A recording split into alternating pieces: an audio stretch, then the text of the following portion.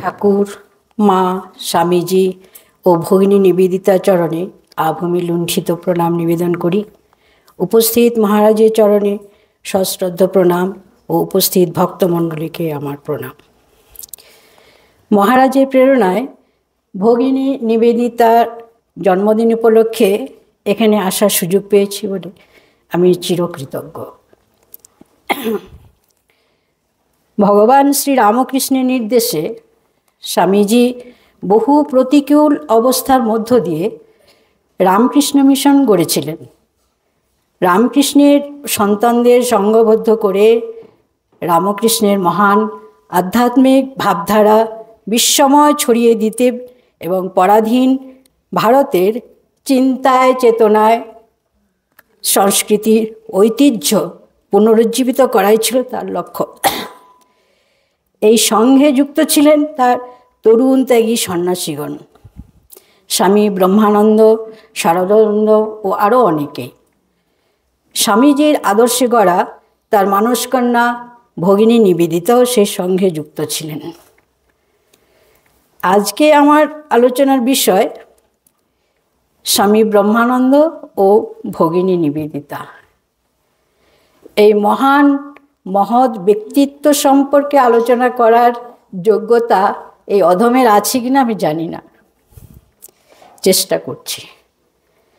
স্বামী ব্রহ্মানন্দ রামকৃষ্ণের মানসপুত্র ছিলেন। পূর্ব নাম রাখালচন্দ্র ঘোষ ওরফে রাজা মহারাজা।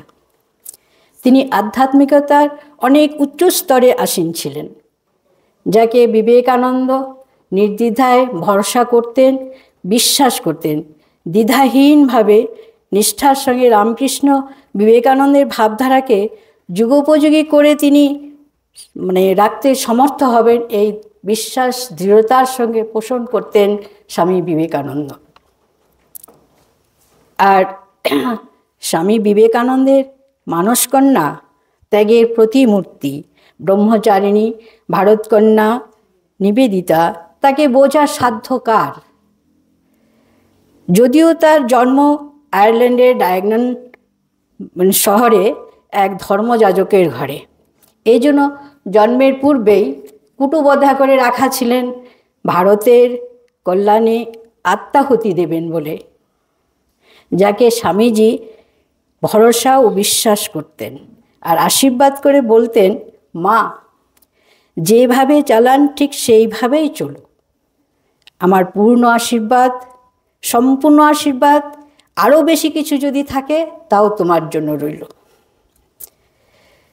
স্বামীজি বিদায় নেবার আগে নিজের জায়গায় স্বামী ব্রহ্মানন্দকে বসিয়েছিলেন। রামকৃষ্ণ মঠ মিশনের প্রথম সভাপতি হলেন স্বামী ব্রহ্মানন্দ। স্বামীজির দেহত্যাগের পরে শোকের প্রথম ধাক্কা সামলে নিবেদিতা যখন ভারতের স্বামীজির ইচ্ছা পূরণের জন্য ভারতের উপর ঝাঁপিয়ে পড়তে চাইলেন, তখন কিছুদিন ওকাকোড়ার কর্মনীতির সঙ্গে যুক্ত ছিলেন, কিন্তু অচিরেই তিনি ঝেড়ে ফেলে দিলেন। তিনি বুঝতে পারলেন, যেহেতু এই পরাধীন ভারতের রাজনৈতিক প্রয়োজন সিদ্ধ করতে হলে জনগণের মধ্যে ব্যাপক চেতনার সঞ্চার করা প্রয়োজন। বৈপ্লবিক অভ্যুত্থান সেই চেতনার পটভূমি ভিন্ন সংগঠিত হবে না, আর সে চেতনা আসতে পারে একমাত্র বিবেকানন্দের ডায়নামিক ভাবধারা প্রচারের মাধ্যমে। কিন্তু নীতিগতভাবে রামকৃষ্ণ মিশন রাজনীতির সঙ্গে অসম্পৃক্ত, তাই মঠ কর্তৃপক্ষ নিবেদিতাকে তার রাজনৈতিক অভিপ্রায়ের বিষয়ে পুনর্বিবেচনা করতে বলেন। কিন্তু নিবেদিতা তার স্বাধীন কর্মপ্রয়াসে অনড় থাকেন, ফলে রামকৃষ্ণ মিশনের সাথে তার কিছুটা দূরত্ব তৈরি হয়ে যায়। স্বামী ব্রহ্মানন্দ নিবেদিতার অভিপ্রায় জানতে চেয়ে যে চিঠি লিখেছিলেন, তার উত্তরে নিবেদিতা বিনীতভাবে বলেছিলেন যে তার ইচ্ছা জানিয়ে লিখেছিলেন, বিশ্বাস আছে আপনি এবং সংঘের অন্যান্য সদস্যগণ প্রতিদিন শ্রীরামকৃষ্ণ এবং আমার গুরুর ভস্মাবশের বেদিমূলে আমার ভালোবাসা ও শ্রদ্ধা নিবেদন করতে ভুলবেন না।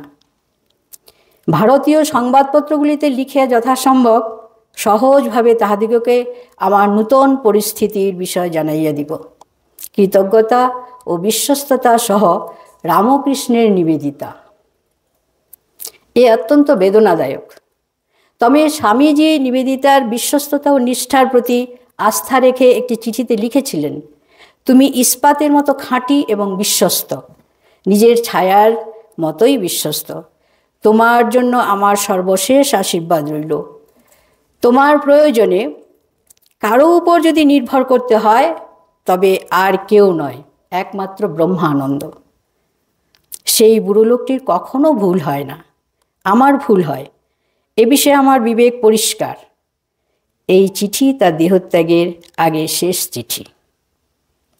নিবেদিতা যখন রামকৃষ্ণ মিশনের সঙ্গে দূরত্ব তৈরি করেন তখন সংঘের অধ্যক্ষ ছিলেন স্বামী ব্রহ্মানন্দ।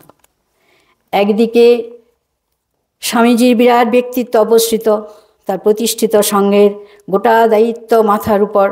এমতাবস্থায় প্রতিষ্ঠানের স্তম্ভরূপে পরিচিত একজন সরে দাঁড়ালেন, এই জন্য বিনা মেঘে বজ্রপাত। ফলে অনুরাগীদের বেদনা আর বিরোধীদের উল্লাস সেই সময় রামকৃষ্ণ মিশনকে বিপর্যস্ত করে দিয়েছিল। যে সংঘ স্বামীজি রাজনীতির বাইরে স্থাপন করেছিলেন, সেই সংঘ নীতি ত্যাগ না করে কিভাবে রাজনৈতিক কর্মে অভিলাষী নিবেদিতাকে ঠাঁই দিতে পারত? সেই সময় কোনো কোনো বাংলা পত্রপত্রিকায় স্বামী ব্রহ্মানন্দ নিবেদিতার সম্পর্ককে যেরকম তিক্ত ও সংঘর্ষময় করে দেখানো হয়েছে তা সত্যি সঠিক ছিল না। তার প্রমাণ আমরা একাধিক পত্রাংশে পেয়েছি। স্বামী ব্রহ্মানন্দ নিবেদিতাকে অত্যন্ত স্নেহ করতেন, তা যথেষ্ট পরিচয় পাওয়া যায়। স্বামী ব্রহ্মানন্দের প্রতি নিবেদিতার অপরিসীম শ্রদ্ধা, অগাধ বিশ্বাস ছিল। ভারত চেতনায় উদ্বুদ্ধ নিবেদিতা বিভিন্ন সমালোচকদের যোগ্য জবাব দিয়েছেন। রামকৃষ্ণ মিশন বিরোধী মহল যখন মহা উল্লাসে রামকৃষ্ণ মিশনের পতন অবশ্যম্ভাবী প্রচার করতে থাকে, তা যা অত্যন্ত দুঃখের, এবং যেহেতু স্বামী ব্রহ্মানন্দ তখন মিশন ও সংঘের দায়িত্বে, সম্পূর্ণ দায়টা তার উপরেই পড়ে। সেই সময় রামকৃষ্ণ মিশন অনুরাগীদের সংখ্যার চাইতে বিরোধীদের সংখ্যাটাই বেশি ছিল। ভগিনী নিবেদিতার প্রতি এইসব বিরোধীগণ কৃত্রিম ভালোবাসা এবং অযাচিত সহানুভূতি দেখিয়ে নানা রকম আমোদে মন্তব্য ছুটে আসতে থাকে। বিচক্ষণ ও বুদ্ধিমতী নিবেদিতা তাদের উষ্ণতা জল ঢেলে দিয়ে লেখেন, গভীর বেদনার সঙ্গে শুনেছি কোনো কোনো মহলে বলা হচ্ছে আমি নাকি আমার মহান গুরুদের দেহত্যাগের পর রামকৃষ্ণ সংঘের অধ্যক্ষ হয়েছি। আপনাদের কাছে আমার বিনীত অনুরোধ, অনুগ্রহ করে আমার এই বিবৃতিটিকে সর্বাধিকভাবে প্রচার করবেন, এই আবেদন রইল।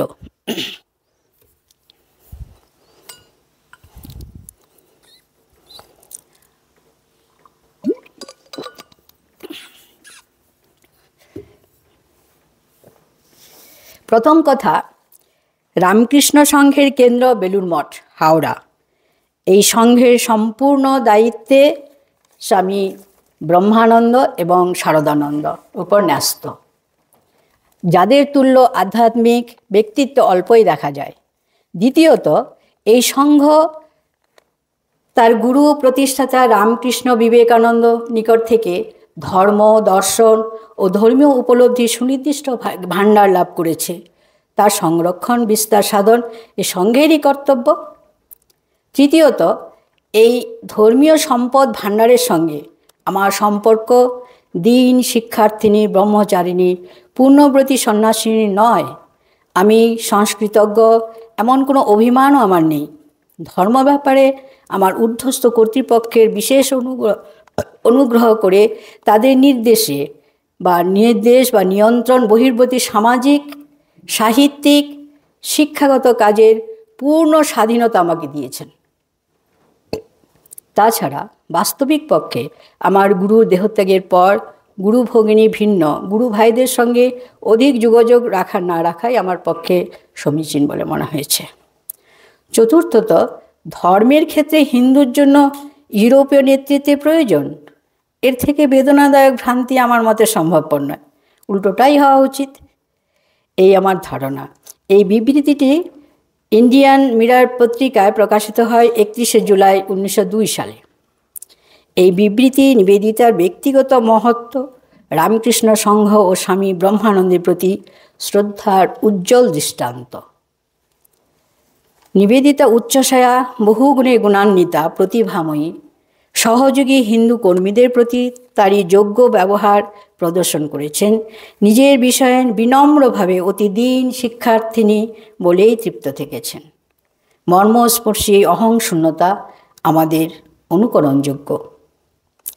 নিবেদিতা স্বামী ব্রহ্মানন্দের প্রতি কতটা শ্রদ্ধাশীল ছিলেন তার একটি চিঠি উল্লেখ করলে বোঝা যাবে। 1904 সালে 7 জুন নিবেদিতা ম্যাকলাউডকে বলেন, স্বামী ব্রহ্মানন্দ চান আমি স্বামীজির ইংরেজি জীবনী লিখি, সুতরাং যত শীঘ্র পারো তার জন্য উপাদান প্রার্থনা ভিক্ষা ও হরণ করো। অর্থাৎ স্বামী ব্রহ্মানন্দের ইচ্ছা তার কাছে আদেশ তুল্য। গভীর আনন্দ আবেগ বোধ করেছিলেন। 20 মার্চ 1904 লিখলেন, শোনো, স্বামী ব্রহ্মানন্দ চান আমি 6 জন ছাত্র নিয়ে বুদ্ধগয়ায় ইতিহাস স্কুল খুলি, সেখানে মাসে 1 সপ্তাহ কাটাবো, বাকি সময়টা আমার অনুপস্থিতিতে তাদেরই কাজ করতে হবে। আইডিয়াটা দারুণ না? এখনই কাজে পরিণত করতে হবে।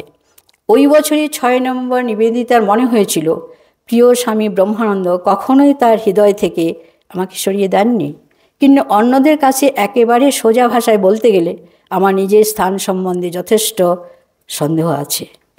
1903 সালে 19শে জুন ম্যাকলাউডকে নিবেদিতা লিখেছিলেন, স্বামী শারদানন্দকে খুঁটিনাটি কাজের মানুষ অপেক্ষা মূল সংগঠক ও দায়িত্ববাহক রূপে দেখি, আর আমি স্বামী ব্রহ্মানন্দকে দেখি আধ্যাত্ম কেন্দ্ররূপে এবং কর্তারূপে এবং অভিভাবক রূপে। অপরপক্ষে ব্রহ্মানন্দ নিবেদিতাকে মেয়ের মতো স্নেহ করতেন। এই বিষয়ে স্বামী মহাপ্রভানন্দ মহারাজকে লিখেছিলেন, মহারাজের মুখে শুনেছি নিবেদিতার প্রশংসা। নিবেদিতা মহারাজের কাছে যখন আসতেন কথা বলতে বা শুনতে নয়, মহারাজের সান্নিধ্যে ধ্যান করতে। আর মহারাজ বলেছিলেন, নিবেদিতা কাছে এলে মহারাজের মন হু হু করে অনেক উচ্চ স্তরে উঠে যেত। একবার নিবেদিতা তার কার্যকলাপের ধারা সম্পর্কে স্বামীজিকে ব্রহ্মানন্দকে জানান, আর তিনি পিতৃসুলভ সস্নেহে একটু হেসে বলেছিলেন, বেশ করেছো মা, ভালো কাজ করেছ, খুব ভালো কাজ করেছ।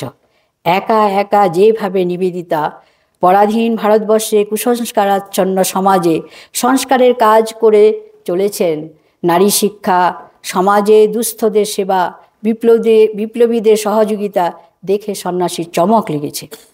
প্লেগ আক্রান্ত মহামারীর সময় নিজের জীবনের কথা না ভেবে সেবা করেছেন, খেয়ে না খেয়ে দিন দুঃখীর পাশে থেকেছেন। দেখে শুনে অনাসক্ত ভঙ্গিতে স্বামী ব্রহ্মানন্দ নিবেদিতাকে উৎসাহ দেন, তার অভিযান যেন অব্যাহত থাকে। বলেন, তোমার সহযাত্রী অনেকেই তোমার মন ভেঙে দিতে চাইবে, বলবে তোমার এই কাজ শ্রীরামকৃষ্ণ বিবেকানন্দের কাজ নয়। তাদের কথায় কান দিও না মা। সমস্ত জগৎ তোমার বিরুদ্ধে দাঁড়ালেও তুমি যা ঠিক বুঝেছ তা ছেড়ো না। কন্যাকে যেমন পরামর্শ দেন, প্রচ্ছন্ন প্রশ্রয় দেন। জাগতিক জগতে বিচরণ করতে করতে আধ্যাত্মিক জগতে পদার্পণ করা কঠিন হলেও অসম্ভব নয়। স্বামী ব্রহ্মানন্দ ও নিবেদিতার জাগতিক সম্পর্কে দূরত্ব থাকলেও আধ্যাত্মিকতার রসায়ন অত্যন্ত নিবিড় ছিল। অতএব বলাই যায়, নিবেদিতা ও ব্রহ্মানন্দ সম্পর্কে তৎকালে যে তিক্ত সম্পর্কের কথা প্রচার হয়েছিল তা সঠিক নয়। বহু গুণী ব্যক্তিত্ব, শিল্পী, সাহিত্যিক, বিজ্ঞানী, রাজনীতিবিদ, সমাজকর্মী, ঐতিহাসিক, বিপ্লবী বহুমুখী কর্মদক্ষতা ও প্রতিভার প্রশংসা করেছেন বলে ছোট করা হয়। বলা ভালো, তাদের স্মরণে মননে নিবেদিতার ত্যাগ, অতীন্দ্রিয় ভালোবাসা খোদাই হয়ে রয়ে গেছে। ভারতের জন্য বিবেকানন্দের অলৌকিক আবিষ্কার নিবেদিতা, আর স্বামী ব্রহ্মানন্দ রামকৃষ্ণ বিবেকানন্দের ভাবধারাকে রামকৃষ্ণ মিশনের মাধ্যমে কালোপযোগী করে তুলে ধরা শক্তিশালী ভিত। আচার্য ব্রজেন্দ্রনাথ শীল বিশিষ্ট ব্রহ্মবাদী ভগিনী নিবেদিতার বন্ধু লিখেছেন, নিবেদিতা ছিলেন বিবেকানন্দের উপসংহার, কিন্তু উপসংহার বলে তিনি বিবেকানন্দের প্রতিরূপ ছিলেন না। একটি দুর্লভ সর্বতোমুখী ব্যক্তিত্বের সাক্ষাৎ পায় নিবেদিতার মধ্যে। তার চিন্তায় চেতনায় ভারতীয় ভাবধারা এবং সাংস্কৃতিক মহিমার সাথে আধুনিক ভাবধারা উজ্জ্বল রূপে ফুটে উঠেছে। ভারতে জন্মগ্রহণ না করেও ভারতীয় সভ্যতার শ্রেষ্ঠ উত্তরাধিকারী হয়েছিলেন তিনি। তাই তো মুক্তকণ্ঠে বলতে পেরেছেন, আমি এদেশেরই মেয়ে, মা সারদার আদরের খুকি। কাজের মাধ্যমে গুরু প্রদত্ত নাম নিবেদিতা সার্থক করেছেন। আর নিবেদিতা স্বামী ব্রহ্মানন্দকে রোগশয্যায় দেখতে গিয়ে উপলব্ধি করেছিলেন যেন গুরু স্বামী বিবেকানন্দ। অর্থাৎ পারস্পরিক গভীর শ্রদ্ধা অতীন্দ্রিয় জগতে বিচরণ করত, সন্দেহ নেই। ওম তৎসৎ। শ্রীরামকৃষ্ণ।